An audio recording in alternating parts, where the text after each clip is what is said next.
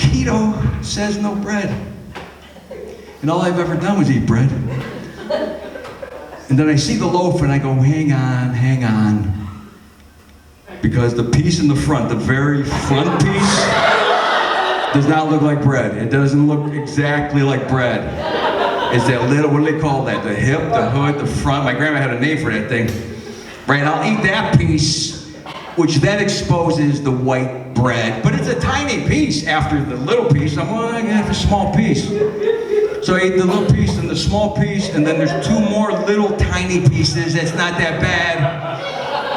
Right, and then finally it looks okay, that's too big of a piece, but then you realize on the back end of the bread, there's another little piece, which you can stick your hand through the bag. Just don't make the bag, like don't expand it too much, because then you can't properly close it.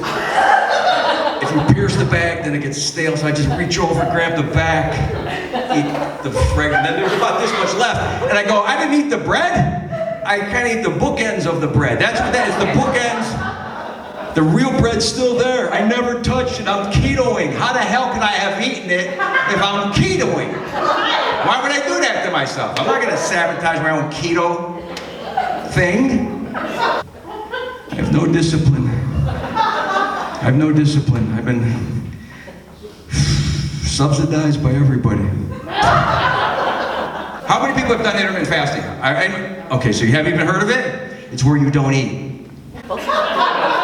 Intermittently, not a full fast, not a fucking Gandhi fast. It's just you don't eat for a little bit. You're like, oh, okay, I'm not gonna eat from like 6 o'clock to 8 o'clock the next morning, right? So now, basically, to fix that for me, because all I want to do is eat, I just sleep in. I don't even get out of bed until it's time to eat. Then I go, okay, what time is it? Have I been in bed for 14 hours?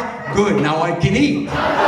Because according to the internet, you cannot intermittently fast while you're sleeping, which is bullshit, because if you go to the Amish place and get that peanut butter pie, I will wake up with bits of peanut and cream on my face because I sucked it down while I was sleeping, I guess.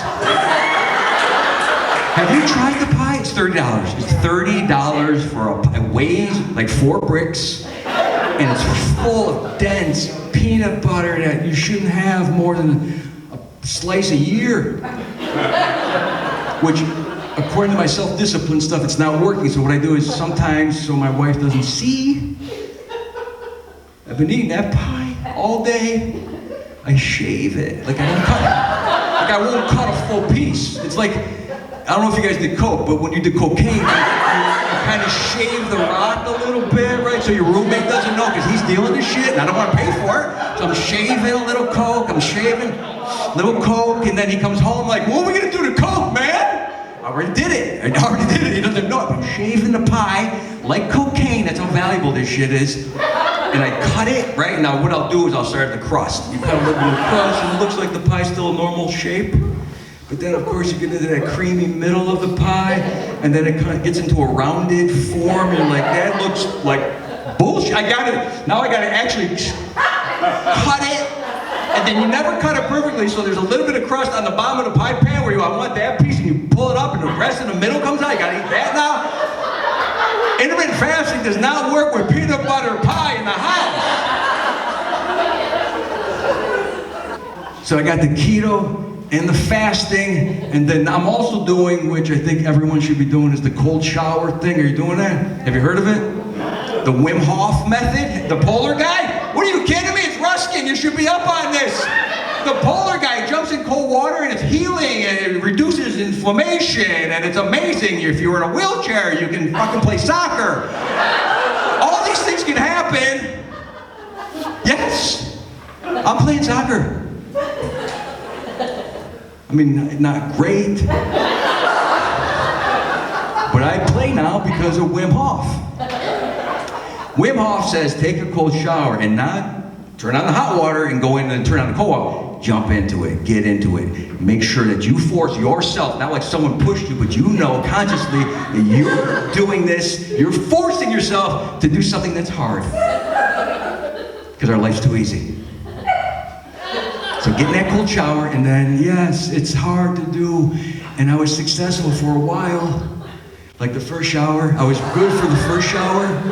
And then I was like, I really believe in it, but I don't want to do the Wim Hof. And then I couldn't do a warm shower because I felt guilty that I wasn't doing the Wim Hof. So what Wim Hof has done for me is I stopped cleaning myself completely. There's no showering, nothing. So I can't say I'm not doing it.